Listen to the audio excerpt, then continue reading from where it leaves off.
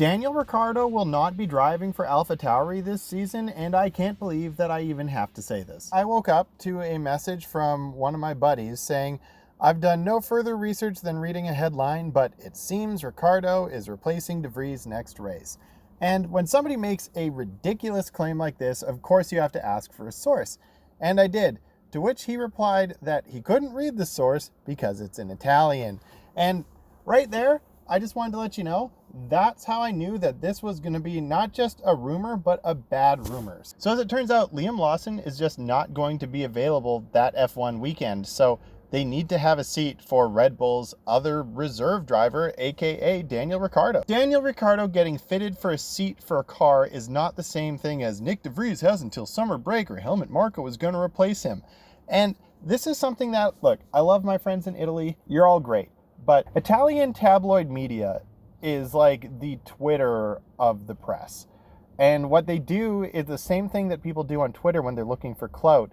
And they take rumors and they run with them. They take whatever the next most logical conclusion is.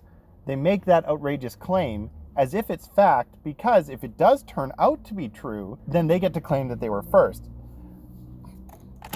But the problem here is that they're not doing this with any sort of evidence, and the teams have already come out to say that no, this is not happening, and I don't think anybody should be surprised. You got to remember, Haas had said they would have loved to have him, and he turned that down, and AlphaTauri is way worse than Haas. Why would he ever take an AlphaTauri drive, right? Like, unless they said that you're going to get back into Red Bull, I just don't see that fitting with where he said he wants to be in the sport.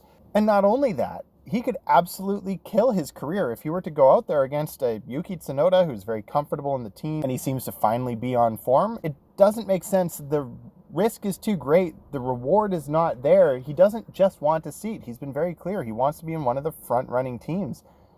So I could see him subbing like as a reserve driver, fulfilling his contractual obligations, but I don't see him chasing that seat. I know also that's very believable that Helmut Marko would say, "Oh, De Vries, you've only got till summer break," but it just hasn't panned out for them recently with both Gasly and Albon. And then they've demonstrated that they need to show commitment to their drivers to develop them, to get the most out of them. And so you might notice that they're not just churning through drivers all the time anymore. And that goes for both the AlphaTauri and the Red Bull team, right?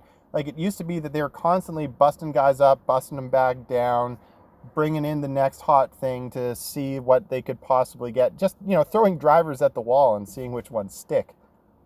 Ugh. Well, in motorsports, that's got a horrible connotation. But my point remains that they seem to have learned from that as an organization and are demonstrating longer-term commitments. And so this rumor is just something that got way out of hand. And for everybody who wants to know what's going on with my car here, go check out my Patreon. That's where I can do stuff that isn't so algorithmically friendly.